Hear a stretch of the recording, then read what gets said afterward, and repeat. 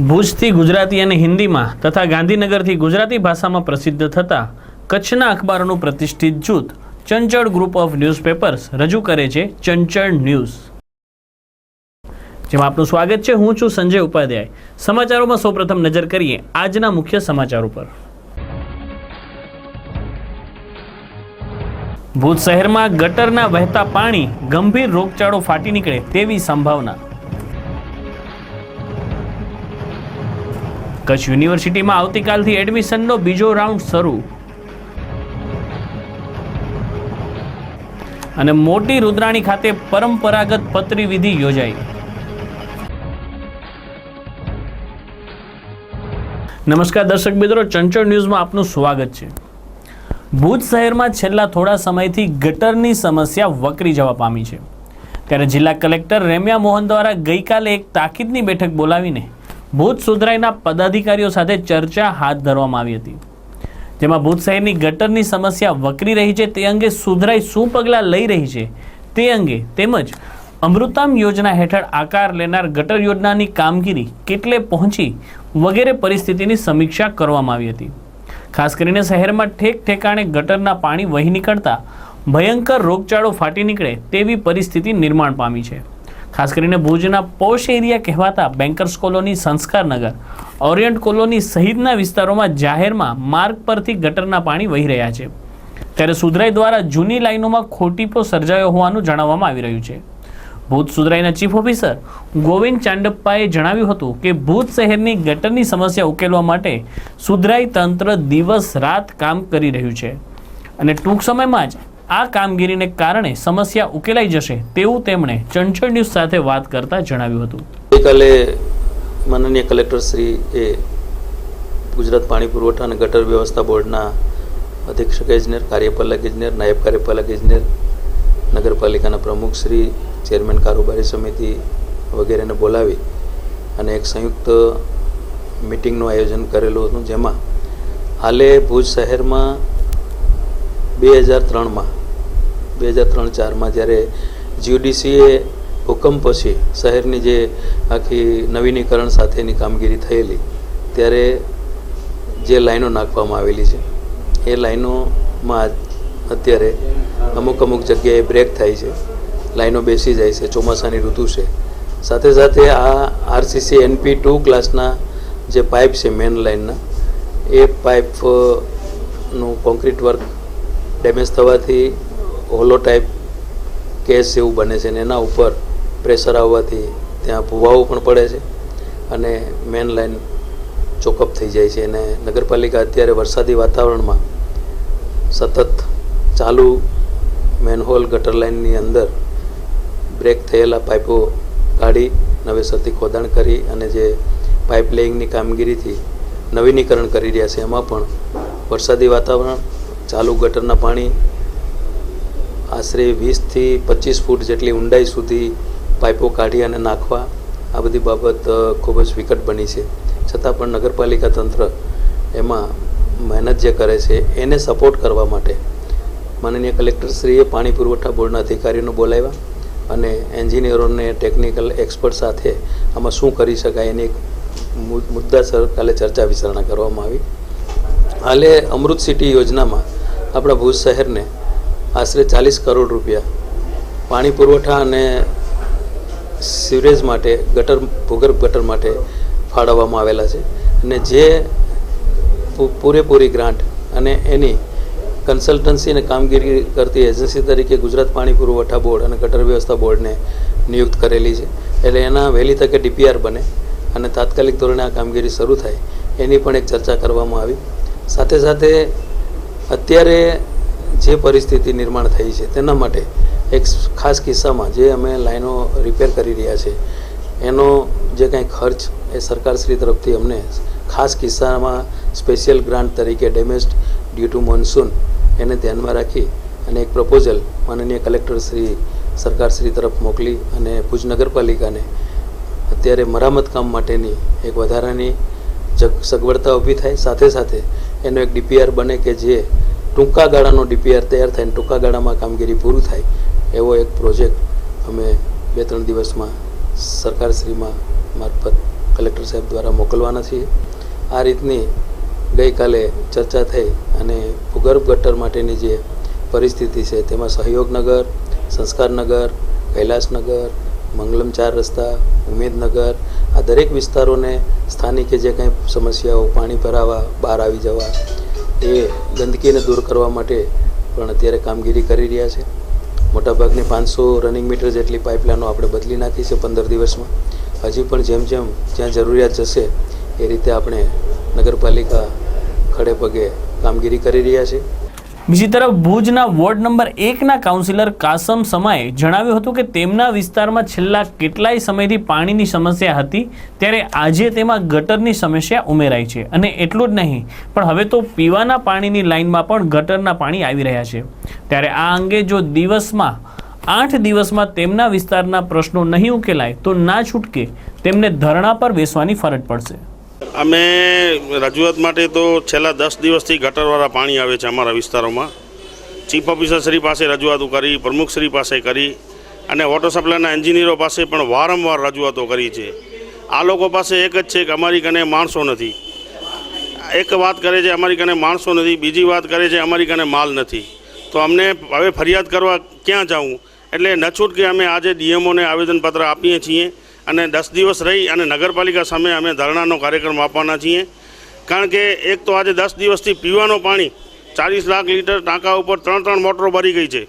આ લોકોને કોઈ મોટર રિપેર કરી નથી દેતો. આવી પરિસ્થિતિ છે. જ્યારે ભુજ શહેર આખો એક તો ગટરોથી ઉભરાય છે, બીજો હવે પીવાના પાણીમાં પણ ગટરોના પાણી ચાલુ થઈ ગયા. તો આ ભુજ શહેરને આ લોકો ક્યાં લઈ જશે એ એક મોટી સમસ્યા ઊભી થઈ ગઈ છે. મારા વિસ્તારમાં રમજાન મહિનાથી આ ખારી નદી રોડ, મુસ્કાનનગર, મુસ્તફાનગર ગટરના પાણી આવે છે. બકાલી કોલોની વારંવાર રજૂઆતો કરી છે. આપના દ્વારા, મીડિયા દ્વારા પણ રજૂઆતો કરવામાં આવી છે. ખાડા ખોદી જાય, આ લોકોને ફોલ્ટ નથી મળતો. એક તો કહે છે માણસો નથી, એક જ ટીમ માણસોની છે. આ માણસો ક્યાંથી હોય? માણસોને આ લોકો પગાર આપતા નથી. તો માણસો આજે ન છૂટકે પોતાના અલગથી મજૂરી કામ કરીને પણ 400-500 રૂપિયા કમાતા હોય તો અહીંયા 5000માં કોણ નોકરી કરવા આવે? આવી પરિસ્થિતિ અત્યારે નગરપાલિકાની છે. કોઈ માણસ છે નહીં નગરપાલિકામાં. હમણાં જ મને ચીફ ઓફિસર શ્રી ભાઈને આવેદનપત્રની નકલ આપી કે અમે ડીએમઓ સાહેબ પાસે આ રજૂઆત કરવા ગયા હતા આ વસ્તુ. તો ચીફ ઓફિસરે ત્યારે ભાવિનભાઈને ફોન કરીને કીધું કે ભાઈ ભાવિનભાઈ કને તમે મળી લો ને આ કાસમભાઈની ગટરની ફરિયાદ છે ને હમણાં માણસો લગાવો. ભાવિનભાઈ પાસે આવ્યા તો ભાવિનભાઈએ એમ કીધું કે અમારી કને માણસો નથી. માણસો હતા તો એમને મહેશભાઈએ રજા આપી દીધી. તો હવે અમને જાવું ક્યાં? ગટરની સમસ્યા કયા કયા વિસ્તારોમાં પહોંચી છે તેનો એક અંદાજ તમે જોશો તો તમને ખ્યાલ આવશે કે ભુજની ગટરની ચેમ્બરની બહાર પાણી વહી નીકળે છે રોડ ઉપર. તે સૌપ્રથમ બેન્કર્સ એરિયા એટલે એ વિસ્તાર કે જ્યાં ભુજમાં વર્ષો સુધી શાસન દ્વારા નગરપાલિકામાં જેમણે સંભાળી છે તે બાપાલાલભાઈ જાડેજાનો વિસ્તાર છે. તેઓ ત્યાં રહે છે, સાથે તેમની સારી એવી આ વિસ્તારમાં પકડ છે. પણ આ વિસ્તારના લોકોએ પણ આજે ના છૂટકે રજૂઆત કરવી પડી છે કે તેમના વિસ્તારમાં ગટરના પાણી રોડ પર વહી નીકળ્યા છે. એટલું જ નહીં, આ વોર્ડમાંથી જ ભુજ સુધરાઈના કારોબારી ચેરમેન શૈલેન્દ્રસિંહ જાડેજા અને પૂર્વ સાંસદ શ્રી પુષ્પદાનભાઈ ગઢવીના પુત્ર અજય ગઢવી પણ આ જ વિસ્તારમાંથી ચૂંટાયા છે. છતાં આ તમામ વિસ્તારોમાં વીવીઆઈપી કલ્ચર હોવા છતાં પણ લોકો મુશ્કેલીનો સામનો કરી રહ્યા છે. આ વિસ્તારના લોકોએ ચંચળ ન્યૂઝ સાથે વાત કરી હતી. આવા જવા માટે એવું છે કે તમે પાછળ જોઈ શકશો કે કેટલી ગંદકી ભરી છે અને કેટલી રોગચાળો ફેલાય એટલી શક્યતાઓ દેખાઈ રહી છે અત્યારે. કારણ કે ડેન્ગ્યુના મચ્છરો આમાં જ લગભગ ખુલ્લા પાણીમાં જ ફેલાય છે સરકાર પણ કહે છે. તો સાથે સાથે સરકારને અપીલ છે કે પ્લીઝ અમારી ઓફિસ પાસે આવી ગંદકી હટાવે અને આ બેન્કર્સ કોલોનીના જે નાગરિકો છે એમની સ્વાસ્થ્યનું ધ્યાન રાખે. કેટલા દિવસથી આ સમસ્યા છે? આ લગભગ છેલ્લા 20 દિવસથી આ જ રીતે સમસ્યા છે. અને લગભગ આ રીતે અમે પાણાઓ ગોઠવી અને પથ્થરો ગોઠવીને બહારના મહેમાનો પણ આવે છે, એમને પણ તકલીફ પડે છે.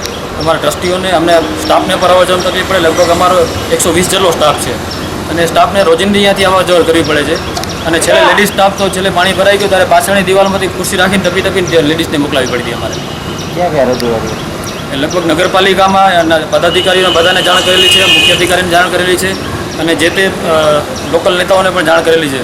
2-3 વખત સફાઈ પણ થઈ, પાછો વરસાદ થયો પણ પછી પાછળથી કોઈ જવાબ આપેલ નથી. આવનારા દિવસોમાં ગટર જો સાફ કરવામાં નહીં આવે તો શું ભય સતાવી રહ્યો છે? ભય એટલે તમે જોઈ શકો છો ને આપણે બધાને લાગણીને ખ્યાલ છે કે ભાઈ આ જો આવો નવો માહોલ રહે તો રોગચાળો ફેલાતા થોડી વાર નહીં લાગે. અને રોગચાળો ભયંકર જો ફેલાશે તો કંટ્રોલ કરવો પણ અઘરો છે સરકાર માટે. તાકેદારીના પગલાં રૂપે તાત્કાલિક સફાઈ કરવી મારી ફરજ છે. આજે ચંચળ ન્યૂઝ. બાળકોના ભવિષ્યની ચિંતાનું one stop solution HJD institute Kutch. ભુજથી ફક્ત 24 કિલોમીટરના અંતરે શહેરથી દૂર શાંત વાતાવરણમાં શિક્ષણ માટેની ફક્ત એક જગ્યા, જ્યાં છે ધોરણ 1 થી 10ની ઇંગ્લિશ મીડિયમ સ્કૂલ, ધોરણ 11-12 માટે સાયન્સ સ્કૂલ ઇંગ્લિશ અને ગુજરાતી મીડિયમમાં, મેથેમેટિક્સ, ફિઝિક્સ, કેમેસ્ટ્રી અને માઇક્રોબાયોલોજી વિષય સાથે BScના અભ્યાસક્રમ માટે HJD science college, diploma, bachelor અને માસ્ટર ઓફ એન્જિનિયરિંગ માટે HJD ITER. 13,500થી પણ વધારે પુસ્તકો સાથેની લાઇબ્રેરી, એસી તેમજ નોન એસી રૂમ્સ સાથે હોસ્ટેલની સુવિધા. HJD ઇન્સ્ટિટ્યૂટ, જ્યાં થાય છે વિદ્યાર્થીઓનો સર્વાંગી વિકાસ. આવો અને મુલાકાત લ્યો. Admissions open at HJD institute. આજે ચંચળ ન્યૂઝ. કચ્છ યુનિવર્સિટી દ્વારા આ વખતે 24 જેટલા નવા સર્ટિફિકેટ કોર્સ શરૂ કરવામાં આવ્યા છે. ત્યારે તેની સાથે સાથે આ વખતે વિજ્ઞાન અને કોમર્સ ફેકલ્ટીમાં પણ વિદ્યાર્થીઓનો સારો એવો ધસારો જોવા મળી રહ્યો છે. કચ્છ યુનિવર્સિટીના કુલપતિ ડૉક્ટર CB જાડેજાના જણાવ્યા મુજબ કચ્છ યુનિવર્સિટી દ્વારા આ વખતે વિદ્યાર્થીઓ માટે સર્ટિફિકેટ કોર્સ શરૂ કરવામાં આવેલ છે. આ ઉપરાંત તેની સાથે સાથે ગત વર્ષ કરતાં આ વર્ષે વિદ્યાર્થીઓમાં વિજ્ઞાન અને કોમર્સના અભ્યાસક્રમોમાં એડમિશન માટે ખૂબ જ સારો વધારો જોવા મળી રહ્યો છે. ત્યારે દરેક કોલેજોમાં વિદ્યાર્થીઓને એડમિશન મળે તે માટે સૂચનાઓ આપવામાં આવી છે. આવતીકાલથી ડિગ્રીના અભ્યાસક્રમો માટે ખાલી પડેલી બેઠકો માટે પણ એડમિશનનો બીજો રાઉન્ડ શરૂ થનાર છે.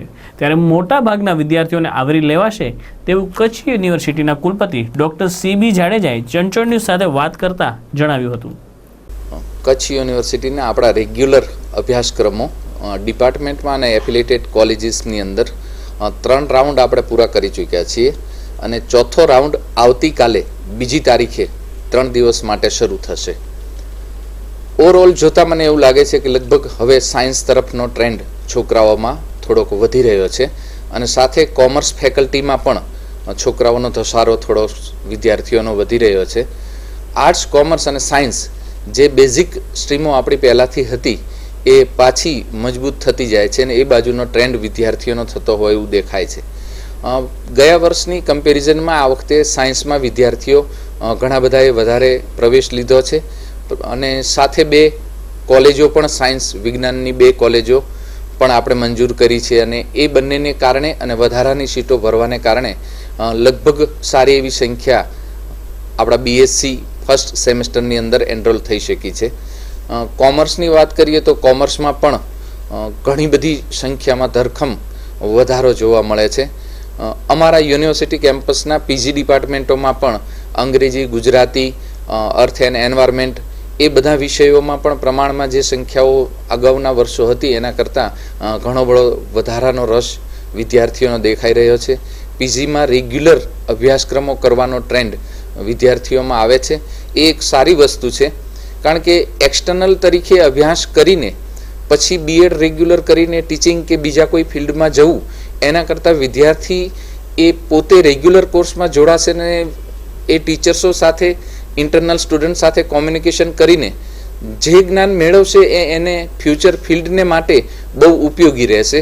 એટલે હું એવું ઈચ્છું કે જે લોકો કે જે વિદ્યાર્થીઓને ટીચિંગમાં જવું છે અથવા કોઈ પ્રોફેશનલ જોબમાં પણ જવું છે એને આ વિજ્ઞાનના પ્રવાહ તો રેગ્યુલર જેમ કરવા જ પડે છે એવી રીતે કોમર્સ કે આર્ટ્સ પણ એમને રેગ્યુલર કરવા જોઈએ કે જેથી કરીને એમના આ ઇન્ટરેક્શન પ્રોસેસને કારણે જે જ્ઞાનમાં અનૌપચારિક શિક્ષણનો જે વધારો થાય છે એ એમનો આત્મવિશ્વાસ અને વ્યક્તિત્વ ઘડતર માટે બહુ જ જરૂરી હોય છે. આપણે આ તો ઘણા ટાઈમથી આપણી ચર્ચાઓ હતી કે કચ્છ યુનિવર્સિટી અને એફિલિએટેડ કોલેજીસો જુદા જુદા પ્રકારના સર્ટિફિકેટ, ડિપ્લોમા કે ડિગ્રી કોર્સો ચલાવતા હતા. એ બધા જ કોર્સને આપણે સ્ટ્રક્ચર કોમન બનાવીને એનો સિલેબસ વ્યવસ્થિત ગોઠવીને એના ફીના માળખાઓ નક્કી કરીને એના તાસની એટલે કે એના પીરિયડ્સની અને દિવસોની સમય મર્યાદાઓ નિશ્ચિત કરીને દરેક કોલેજે જે પ્રકારના સિલેબસો માંગ્યા હતા જે કોર્સ માંગ્યા હતા એ બધાને વ્યવસ્થિત માળખામાં ગોઠવીને એમને મંજૂરીઓ આપી દીધી છે. લગભગ 24 કોર્સોના સ્ટ્રક્ચરો તૈયાર થઈ ગયા છે અને 2 કોર્સો હજી પણ એ સ્ટ્રક્ચરાઇઝેશનની પ્રોસેસમાં છે. એટલે શિક્ષણ સિવાયની પણ કોઈ સર્ટિફિકેટ કોર્સિસ વિદ્યાર્થીઓને કરવા હોય તો એ બહોળા પ્રમાણમાં વિદ્યાર્થીઓને તક મળી રહે એ જરૂરી છે.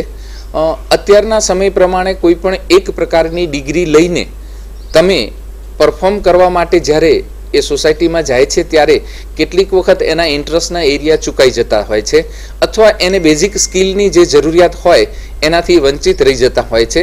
એટલે શિક્ષણની સાથે સાથે એને જે બેઝિક સ્કિલની જરૂર છે એવા સ્કિલ ડેવલપ એનામાં કરી શકાય એ હેતુથી આપણે જુદા જુદા પ્રકારના સર્ટિફિકેટ, ડિપ્લોમા અને ડિગ્રી કોર્સો પણ શરૂ કર્યા છે. એટલે 25 થી 26 જેવા કોર્સો આ વર્ષથી જુદી જુદી કોલેજ અને યુનિવર્સિટી વિભાગોમાં શરૂ થઈ જશે. એ પર્સનાલિટી ડેવલપમેન્ટના છે, કેટલાક યોગના છે, કેટલાક ન્યુટ્રિશન બાબતના છે, કેટલાક નેચરોથેરાપીના છે, એ ઉપરાંત જર્નાલિઝમ છે, ગાઈડશીપ માટેના છે. કેટલાક કોર્સો કોલેજને રિલેટેડ હોય, સપોઝ કોમર્સ છે તો કોમર્સમાં અમુક ટાઈપનું એકાઉન્ટન્સી અલગ અલગ પ્રકારની આવતી હોય તો એ ટેલીના ને એવા સોફ્ટવેરની ઉપર કેવી રીતે કામ કરવું એના માટેના હોય. કેટલીક એમનામાં પર્સનાલિટી કેરેક્ટરિસ્ટિક્સ ડેવલપ કરવા માટેના કોર્સ હોય. આવા અનેક 24 થી 25 જાતના લગભગ કોર્સો છે આપણી પાસે. કચ્છની રાજવી પરિવારની વર્ષોથી ચાલી આવતી પરંપરા મુજબ મહારાવ પ્રાગમલજી ત્રીજાના હુકમથી ઇન્દ્રજીતસિંહ જુવાનસિંહ જાડેજાના હસ્તે ભુજ ખાતે રુદ્રાણી ખાતે પત્રી વિધિ યોજાઈ હતી. આ પ્રસંગે મોટી સંખ્યામાં ભાવિકો તેમજ રાજવી પરિવારના સદસ્યો ઉપસ્થિત રહ્યા હતા. ખાસ કરીને આ પરંપરા કચ્છ રાજની છે જે 288 વર્ષથી ચાલી આવે છે. મહારાવ દેસલજીના સમયથી ચાલી આવતી પરંપરા મુજબ શ્રાવણ સુદ આઠમના રુદ્રાણી માતાજીનું પૂજન, જાતર પૂજન અને પત્રી પૂજન કરવામાં આવે છે. ત્યારે આ પૂર્વે આજે ભુજના પ્રાગમહેલ પેલેસ ખાતે મોમાઈ માતાજીનું પૂજન કરવામાં આવ્યું હતું અને ત્યારબાદ પ્રાગમહેલ પેલેસથી નીકળેલી શાહી સવારી મોટી રુદ્રાણી જાગીર પહોંચી હતી. આ પ્રસંગે રૂપાભાઈ ચાડ, જોરાવરસિંહજી રાઠોડ, સાવતસિંહ જાડેજા, મયુધ્વજસિંહ, કૃતારસિંહ જાડેજા, પૃથ્વીરાજસિંહ જાડેજા સહિતના આગેવાનો ઉપસ્થિત રહ્યા હતા. શ્રાવણ સુદ આઠમ આમ તો શિવની આરાધનાનો પર્વ છે, પણ સાથે સાથે શક્તિની પણ આરાધના થાય છે. કચ્છની આ જૂની પરંપરા છે. આજની જે શ્રાવણ સુદ આઠમને રા આઠમ પણ કહેવામાં આવે છે. આ દિવસે કચ્છના જે રાજા હોય, કચ્છના જે મહારાવશ્રી હોય, અહીંયાથી જે એમના કુળદેવી રુદ્રમાતા છે, રુદ્રમાતાના મંદિરે જાય. ત્યાં 4 દેવ બિરાજે છે: આશાપુરા, મોમાઈ માતાજી, રુદ્ર માતાજી ને રવિજી માતાજી. ત્યાં જઈને પૂજન કરે. પ્રથમ અહીંયા દરબારગઢમાં જે ટીલામેડી કહેવાય છે, જ્યાં કચ્છ રાજના દેવસ્થાનોની આ જગ્યા છે, ત્યાં આજે કચ્છના મહારાવશ્રીની તબિયત નાજુક હોવાથી એમના પ્રતિનિધિ, આમ પણ ઇન્દ્રસિંહને પોતાના મહારાવશ્રીએ પોતાના પ્રતિનિધિ નિમ્યા છે, અહીંયા આવશે, પૂજન કરશે ને પૂજન કર્યા બાદ રુદ્ર માતાજી જશે ને જેવી રીતે માતાની મળની અંદર પતરી ધરાવવામાં આવે છે એવી રીતે માતાજી ઉપર પતરી મૂકવામાં આવે છે. માતાજીની કૃપા વરસશે અને એ પતરી લેશે. આ પરંપરા આજથી નહીં, વર્ષોથી છે. આ લગભગ 178 વર્ષથી આ પ્રથા ચાલુ કરવામાં આવી છે. 1895માં માતાજીની સ્થાપના તો ઘણા વર્ષોથી હતી. 1895માં રાવશ્રી દેસળજી બીજાએ ત્યાં સ્થાપના કરી હતી માતાજીની. એમાં 4 માતાજીની સ્થાપના કરી: રુદ્ર માતા, આશાપુરા માતા, મમાઈ માતા અને રવિજી માતા. 4 દેવીની સ્થાપના કરી છે. આ 4 દેવીની પૂજા થાય છે. તે ઉપરાંત ત્યાં શિવ મંદિર, બીજા પણ જુદા જુદા મંદિરો છે અને સાંબાઈ માતાની પણ ત્યાં સ્થાપના છે. સાંબાઈ માતાનો ઇતિહાસ આ પ્રસંગ સાથે જોડાયેલો છે. સાંબાઈ માતા ત્યાંના રવેચી માતાજીના જે ભુવા હતા, ખેંગારજી, રાજસ્થાનના હતા, ભાટી હતા, એના કુંવરી હતા અને તેઓ ખૂબ તપસ્યા કરતા હતા અને એમની ખ્યાતિ કચ્છભરમાં હતી. અને એ વખતમાં જે મહારાવશ્રી દેસળજી બીજા હતા, એમને એક અસાધ્ય રોગ લાગુ પડ્યો હતો. ને મહારાવશ્રી દેસળજીને ખબર પડી કે આ માતાજીનું આવો ચમત્કારી માતાજી છે, આવા ઉપાયો કરે છે, એટલે એમણે પોતે રથ ઘોડા મોકલી અને માતાજીને અહીંયા બોલાવ્યા ને માતાજીને ખૂબ જ અહીંયા સન્માન આપ્યું.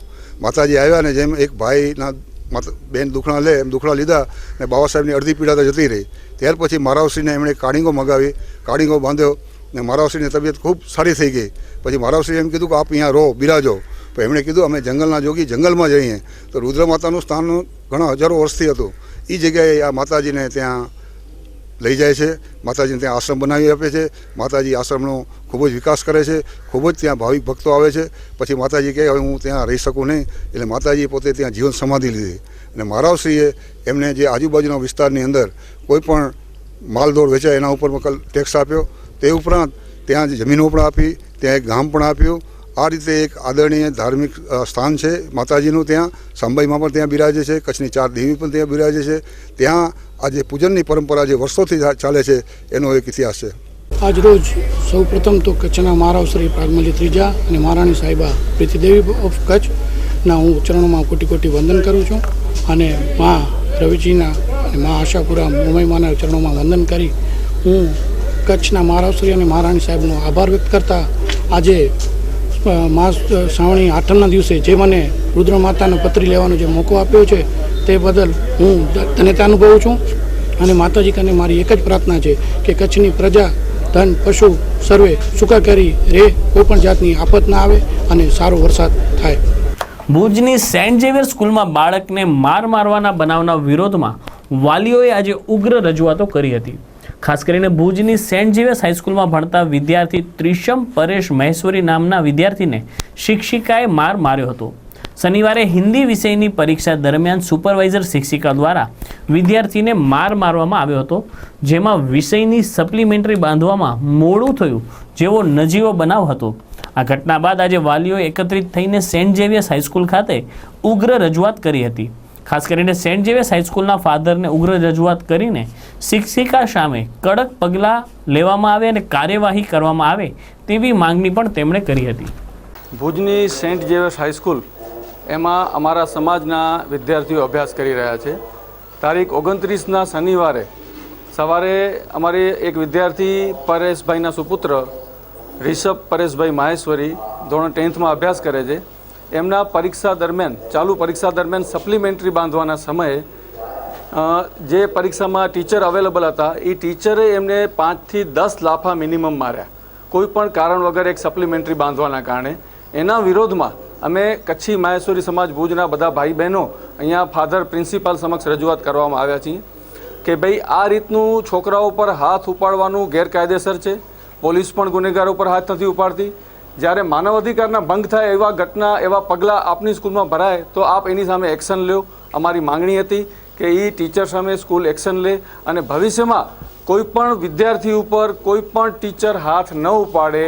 છોકરાને કંઈક મિસબિહેવ કર્યું હોય તો એમના પેરેન્ટ્સને બોલાવીને એમની સાથે વાત કરે, છોકરાને સુધારવાના પ્રયત્ન કરે, પણ હાથ ઉપાડવાની ઘટના સમાજ ક્યારે સાંખી નથી લેતી. એટલે આના માટે અમે ખાસ વિરોધ નોંધાવવા અહીંયા આવ્યા છીએ. ટીચરે અમારી હાજરીમાં અને પ્રિન્સિપાલની હાજરીમાં એવી કબૂલાત કરી કે મેં 5 થી 7 લાફા છોકરાને ઉશ્કેરાઈને માર્યા છે, આ મારી ભૂલ થઈ છે એવું ટીચરે અમારી સમક્ષ કબૂલાત કરી. અમારી માંગણી ફક્ત એટલી છે કે કાયદેસરના પગલાં સ્કૂલે લેવા જોઈએ. અમારી હાજરી દરમિયાન પણ 1-2 પેરેન્ટ્સ અહીંયા આવેલા, એમના નાના બાળકો હતા, પહેલી બીજીમાં અભ્યાસ કરતા, એમને ટીચરોએ માર્યા છે એ પણ રજૂઆત કરવા આવેલા. આવા ઘણા બધા કિસ્સા સ્કૂલમાં બનતા હોય છે, પણ આપણે વાલીઓ બીકના માર્યા આવા કિસ્સાઓ સ્કૂલ સમક્ષ રજૂ નથી કરતા.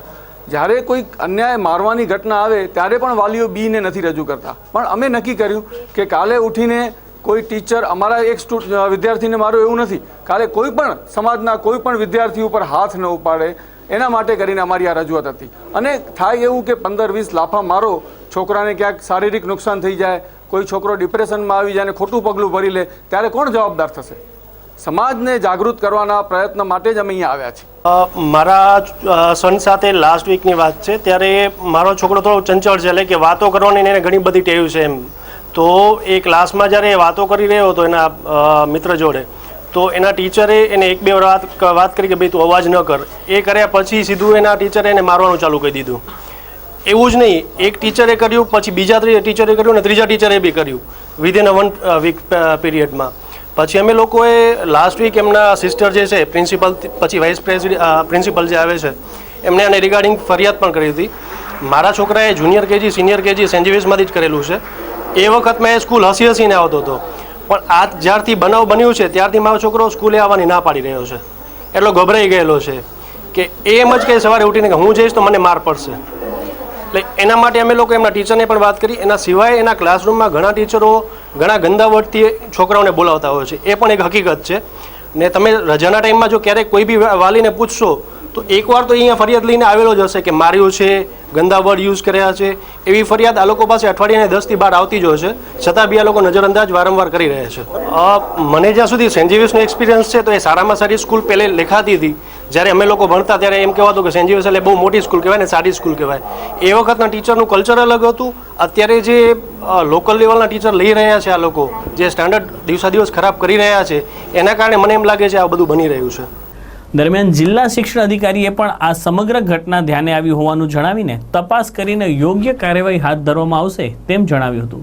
જિલ્લા શિક્ષણ અધિકારી ડોક્ટર મધુકાંત આચાર્યએ આ અંગે ચંચળ ન્યૂઝ સાથે વાત કરી હતી. કચ્છ જિલ્લામાં ભુજ મધ્યે આવેલી સેન્ટ ઝેવિયર્સ હાઈસ્કૂલ ભુજના કિસ્સાઓ સંદેશની અખબારી પૂર્તિઓની અંદર આવેલ છે અને પત્રકાર મિત્રો ઘણા બધાએ પણ મને જાણ કરી આજે. એ મુજબ ધોરણ 10માં અભ્યાસ કરતા ઋષભ પરેશભાઈ વિદ્યાર્થીને ત્યાંના શિક્ષિકા નૂતનબેન મેમણ એ શારીરિક શિક્ષા કરી છે વધારે પડતી, અને એના કારણે વાલીઓ પણ ઘણી બધી ફરિયાદો કરી રહ્યા છે. એ રીતે પત્રકારો પણ એમની પાસે પણ એવા ફૂટેજ છે કે એમણે પોતે કબૂલ કરે છે કે મેં આ કૃત્ય કર્યું છે. તો શારીરિક શિક્ષા કરવી એ ગુનો છે અને એના ઉપર પગલાં લેવામાં આવશે. શાળા પર પગલાં લેવામાં આવશે, પ્રિન્સિપાલશ્રી ઉપર પગલાં લેવામાં આવશે અને જે જવાબદાર હશે એના ઉપર જે નિયમો પ્રમાણેની કામગીરી કરવામાં આવશે. ગુજરાત સરકારના શિક્ષણ વિભાગના નિયમો મુજબ કોઈ પણ બાળકને શારીરિક શિક્ષા કરી શકાતી નથી. શારીરિક શિક્ષા કરવી એ ગુનો છે અને એ રીતે શિક્ષિકાને આવા કૃત્ય કરવા બદલ તપાસ થશે અને એમાં સાબિત થશે તો એને સજા કરવામાં આવશે. એને શાળામાંથી કાઢી મૂકવામાં પણ આવી શકે અને શાળાને નોટિસ આપવામાં આવશે. આજે જ મેં આ બધી હકીકત પત્રકાર મિત્રોએ મને આપી અને એ બાબતે અમારા ઇન્સ્પેક્ટરને હું જાણ કરી અને એના ત્યાં સ્થળ ઉપર જઈને બધી તપાસ કરશે અને તપાસ કર્યા પછી જે કંઈ નિર્ણય એમાં આવશે એમાં એમને સજા કરવામાં આવશે, શાળાને નોટિસ આપવામાં આવશે. દર્શક મિત્રો, આ હતા આજના ચંચળ ન્યૂઝ. વધુ સમાચારો સાથે આવતીકાલે ફરી મળીશું. ત્યાં સુધી અમને રજા આપશો. નમસ્કાર.